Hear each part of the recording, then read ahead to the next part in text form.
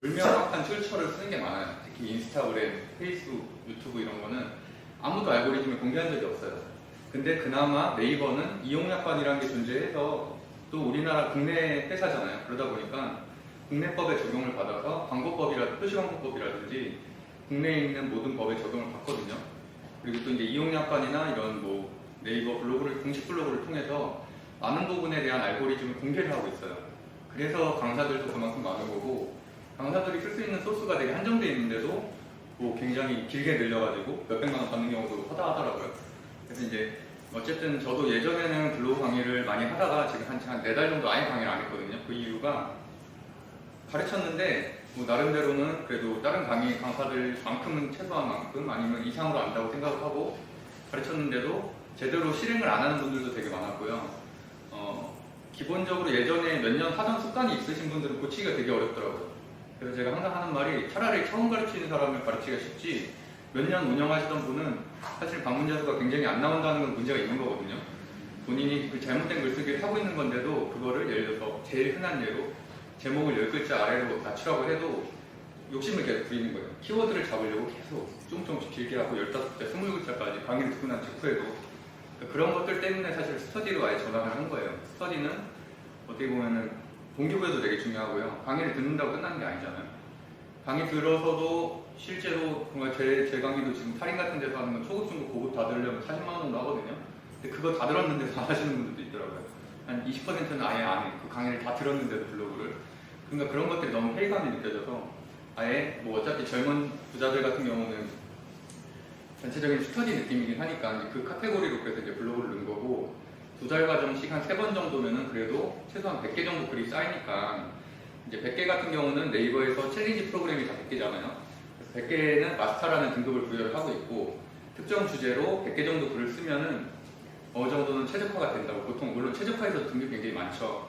하지만 우리가 뭐 건대맛집을 잡을 건 아니잖아요. 그러니까 적당한 수준의 키워드 정도는 100개 정도만 그 분야에서 써도 시링크로 해서 노출이 될 수 있다. 그 대신에 이제 그 100개가 제대로 된 글쓰기를 해야지 뭐 요새 한참 유행하는 톡한 파트너스 뭐 이런 거 쓰다가 날아가고 이런 블로그들이 되게 많아서 하여튼 저는 기본적으로는 소개서도 하겠지만 오래 했어요. 법을 10년 정도 공부를 했고 물론 제가 뭐 광고법 전공이란 건 세상에 없어요. 광고법 전공은 따로 없고 뭐 저 같은 경우는 이제 국제경제법 전공을 했는데 어쨌든 법을 알다 보니까 광고법이나 이런 국내법을 무시할 수가 없어요. 그러니까 이용약관이나 이런 것들도 다 국내법에서 기준을 해서 내려오는 거기 때문에 어쨌든 그런 거에 맞춰서 강의를 하고 있고 저는 항상 보수적으로 강의를 하는 편이에요. 뭐 돈 되는 거 있죠. 뭐 아이허브도 있고 쿠팡도 있고 한데 하지 말라고 해요. 저는 사실. 그러니까 그런 거 하려면 세컨 아이디로 하려고 하지 그냥 돈은 되지만 당장 뭐 한 달 뒤에, 2달 뒤에 언제 나올라갈지도 모르는 거고 특히 이제 어느 정도 성장한 블로그 같은 경우는 그런 거 한두 번 돈 5만 원, 10만 원 욕심냈다가 그냥 블로그 나갈 수가 있기 때문에 저는 최대한 보수적으로 하고 어차피 나를 브랜딩하는 게 되게 중요한 거잖아요. 그게 훨씬 더 큰 돈이 되는 거고 그래서 이제 그런 방향으로 강의를 하고 있습니다. 제가 제 소개를 이름을 안 말해서 항상 그 강의 같은 거 요새 이제 제가 많이 보는데 유튜브에서 뭐 이렇게 하고 이름 말하고 막 그런 거 하는 게 멋있더라고요. 뭐 경매를 우리나라에서 제일 잘하는 남자 뭐 이런 거 막 하고 그러는데 되게 멋있어가지고 저는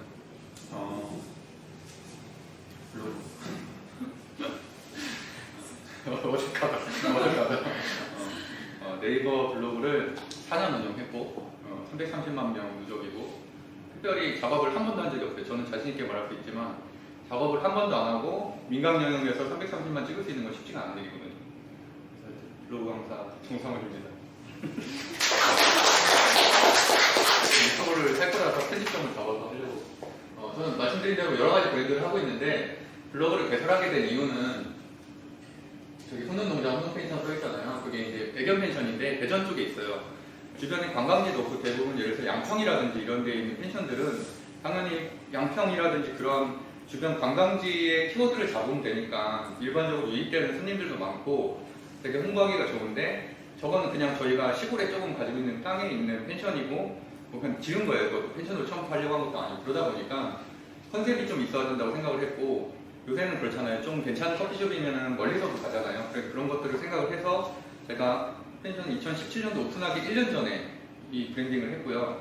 왜 그렇게 생각했냐면 내가 브랜드를 오픈하고 나서 블로그를 오픈을 하면은 뻔하잖아요, 소리가. 내가 이제 뭐 블로그 펜션을 운영하니까 놀러 와라. 여기 뭐 이거 좋다라는 느낌이잖아요. 그러다 보면은 저는 그런 게 조금 어떻게 보면 좀 마케팅적인 요소에서 좀 별로라고 생각을 하거든요. 항상 그래서 1년 전부터는 내가 건축하는 과정, 그다음에 펜션을 계획하는 과정이 다 담기잖아요. 어떻게 보면 내 스토리가 있는 거고 그런 것들을 이웃들이 응원을 해주거든요. 댓글로. 오, 되게 멋있다. 오픈하면 가겠다. 그러니까 어떻게 보면은 좀 키운 느낌이에요. 사람들이 같이 응원하고. 그리고 그렇게 해가지고 그게 사실 효과가 되게 좋더라고요. 그래서 오픈할 때는 오픈 이벤트 같은 것도 하기도 하고 뭐 펜션 이름 짓는 이벤트, 로고 짓는 이벤트 같은 것도 다 블로그 사람들 같이 했었거든요.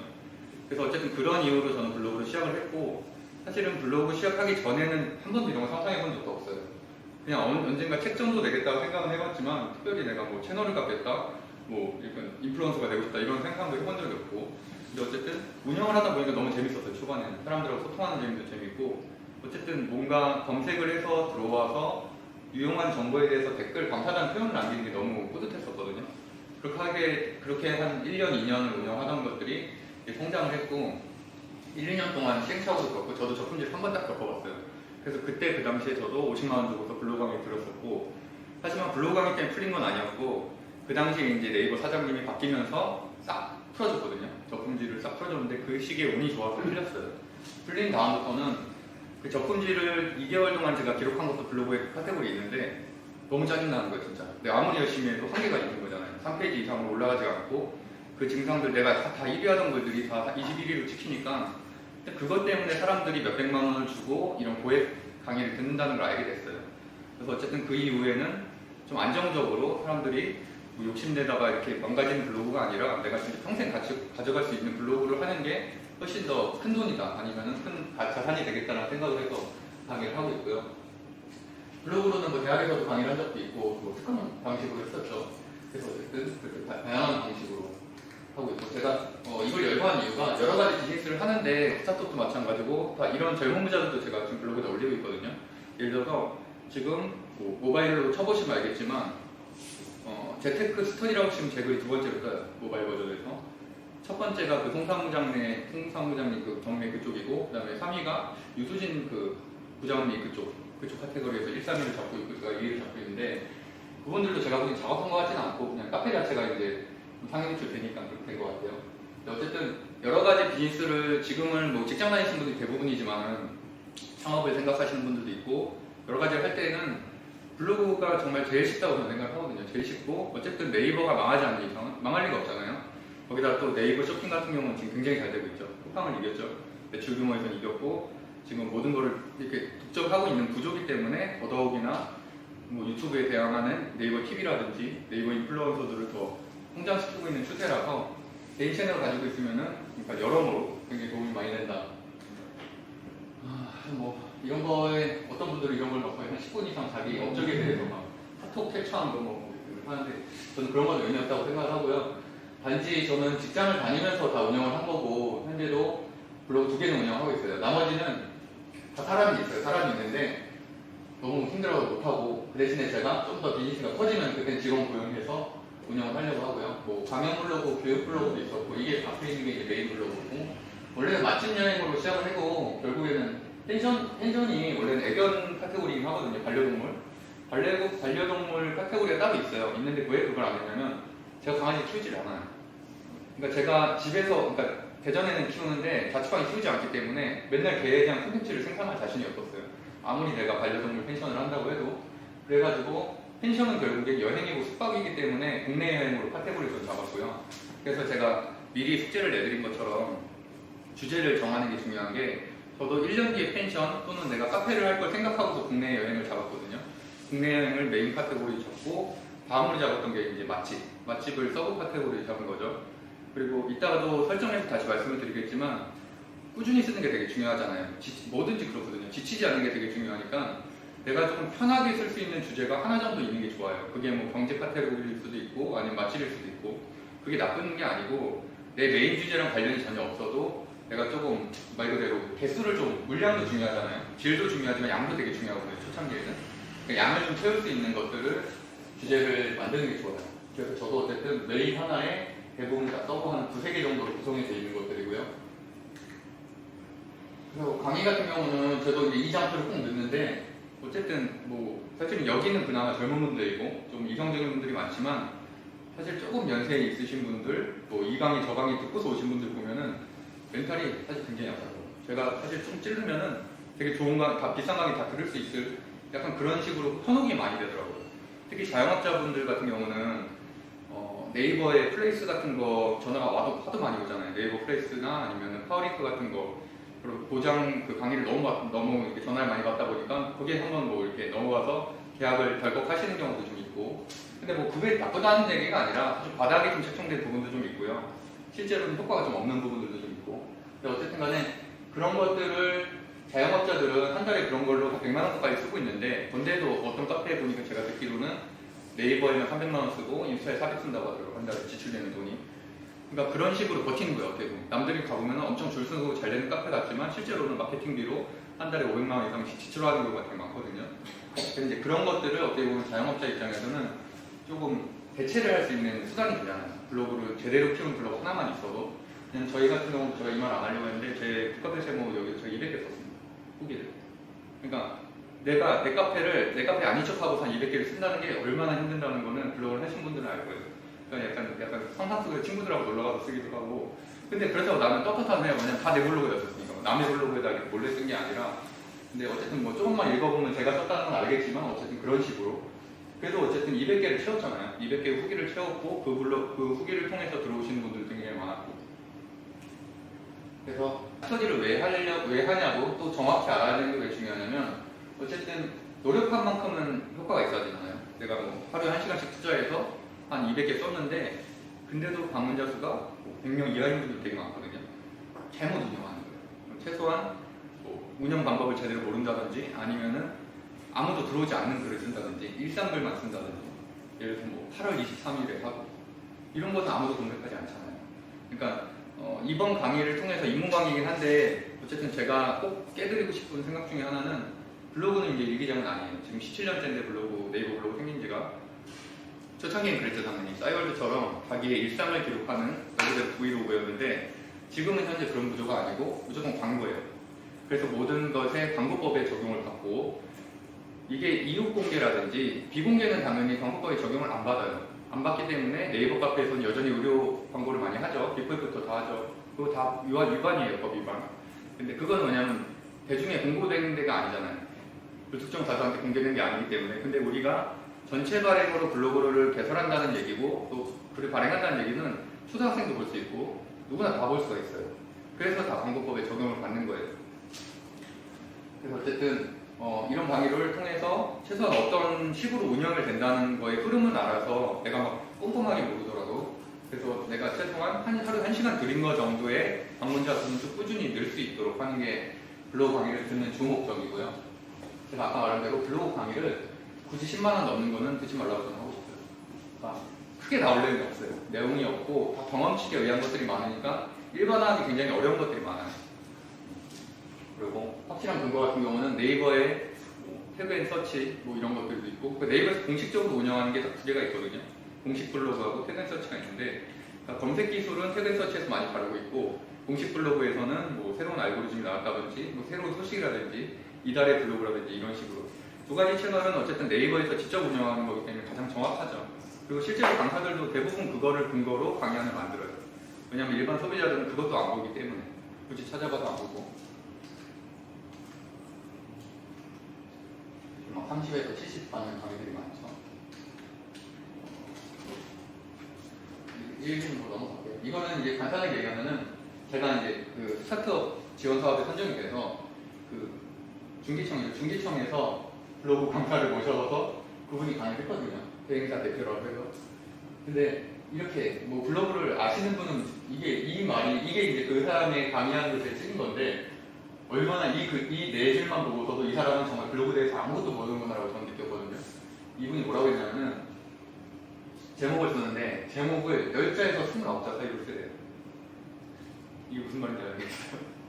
10자는 그냥 10자는 적다고 하면 적을 수도 있고 그냥 중간 보통 정도의 그냥 키워드죠. 근데 29자는 3줄이에요. 3줄. 거의 맥시멈. 그러니까 이 강의를 하러 오신 분이 이 사이로 제목을 정하라고 했다는 말은 맘대로 하라는 얘기예요. 뭐 커트라인이 정해진 게 아니에요. 뭐 적게 쓸수록 키워드가 적기 때문에 집중도에 효과가 있다. 뭐 이런 말을 차라리 하던가. 아니면 문장 강도 좀 길게 써라 이렇게 얘기를 하던가. 그게 아니고 저렇게 얘기했다는 것만으로 저는 아 이분은 아무도 모르는구나. 그리고 상업적 키워드 이 말이 되게 2017년도 이때 막 많이 떠돌았었어요. 그때 적품질에 많이 걸리니까 상업적 키워드를 쓰면 안 되고 일상글을 쓰면 적품질을 탈취할 수 있다. 그거는 네이버에서 공식적으로 반박을 한 내용이에요. 오히려 일상글을 쓰면은 일상글은 검색을 통해서 유입이 안 되기 때문에 지수가 없어요. 지수가 없고 이웃들이야 뭐 몇몇 볼 수가 있죠. 그래서 그런 것들은 지수화되지 않는다고 네이버에서 공식적으로 입장을 밝혀서 이 말을 반박을 했고요. 그리고 뭐 대전 15인 장소에 뭐 어느 치킨집을 방문했다. 그래서 문장형을 이렇게 길게 쓰라는 거예요.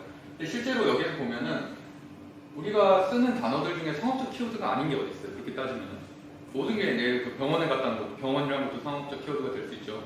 또 친구들하고 뭐 치킨집에서 혼자 했다는 것도 다 상업적 키워드잖아요. 그러니까 세상에 상업적 키워드가 아닌 단어는 없어요. 그리고 심지어 일상 같은 경우도 대부분 우리가 뭐 블로그에 일상 카테고리가 있긴 하지만 제목 자체는 상업적 키워드를 그러니까 키워드를 잡아서 유입시키는 경우가 많죠. 그래서 어쨌든 이렇게 뭐 그래서 뭐 이런 공식처럼 뭐 이웃이 몇 명 방문하고 뭐 이런 거 하나도 없다. 이런 말씀 드리려고 굳이 장소를 없어요.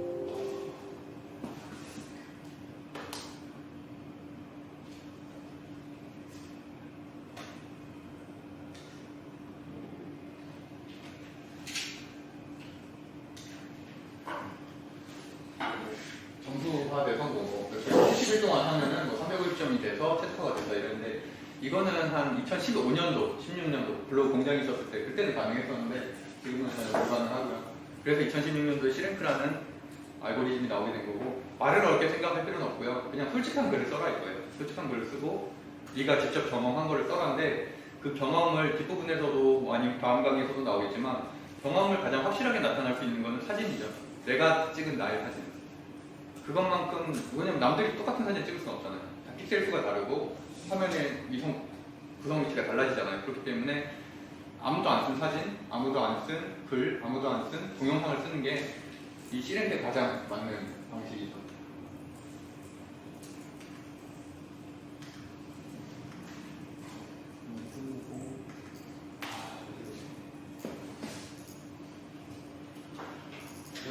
이걸로 넘을게요.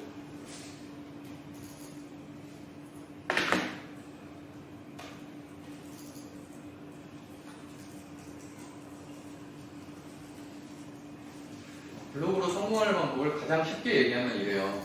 제대로 된 설정을 하고 모든 걸 다 시켜야 돼요. 제대로 된 설정을 하고 블로그에서 네이버 광고에서 금지하고 있는 단어들을 쓰지 말고 그다음에 뭐 시링크 지수는 어차피 내가 쓰다 보면 모르는 거니까 제대로 된 수를 어쨌든 제대로 된 설정을 하는 게 중요하고요. 그래서 오늘 설정 강의를 하는 거고 쓰면 안 되는 글 습관을 고치는 게 되게 중요하고요. 블로그를 만약에 운영을 하고 있다면 특히 이제 제목 같은 경우 길게 쓰는 것들, 키워드들 너무 남발하는 것들, 금지 단어들 쓰는 것들 그다음에 블로그 알고리즘이 좋아하는 글 쓰기들이 있죠. 뭐 아까 말한 대로 그런 기본적인 것들을 포함해서 그다음에 이제 나머지 네 번째, 다섯 번째 거는 어차피 내가 어느 정도 방문자가 들어오고 사실은 뭐 1000명이 들어온다고 뭐 성공한 블로거도 아니고요. 그냥 내가 원하는 키워드에 많은 그 적정한 사람들이 들어와서 수익화 요소를 낼 수 있다면 가장 현명하죠. 그렇게 강의를 하시는 분들도 많고요. 500명이 들어와도 내 물건을 10명이 사면 참 좋은 거죠. 근데 2만 명이 들어와도 한 명도 내 물건을 사지 않으면 아무 의미가 없는 거잖아요. 그런 식으로 생각을 하시는 게 좋죠. 그러니까 너무 막 내가 방문자 수가 많지 않다고 조급하게